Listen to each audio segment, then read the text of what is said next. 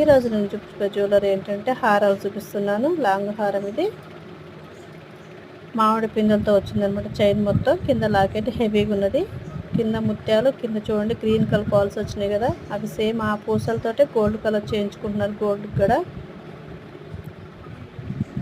ఇలా మనం అంత కాస్ట్ పెట్టి మనం చేయించుకోలేం కనుక ఇలా మనం 1 గ్రామ్ గోల్డ్లో తీసుకొని పెట్టుకోవచ్చు, వేసుకోవచ్చు.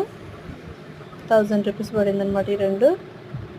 ఇది షార్ట్ హారం, చాలా బాగుందన్నమాట. లాంగ్ హారం, షార్ట్ హారం సూపర్గా ఉన్నది.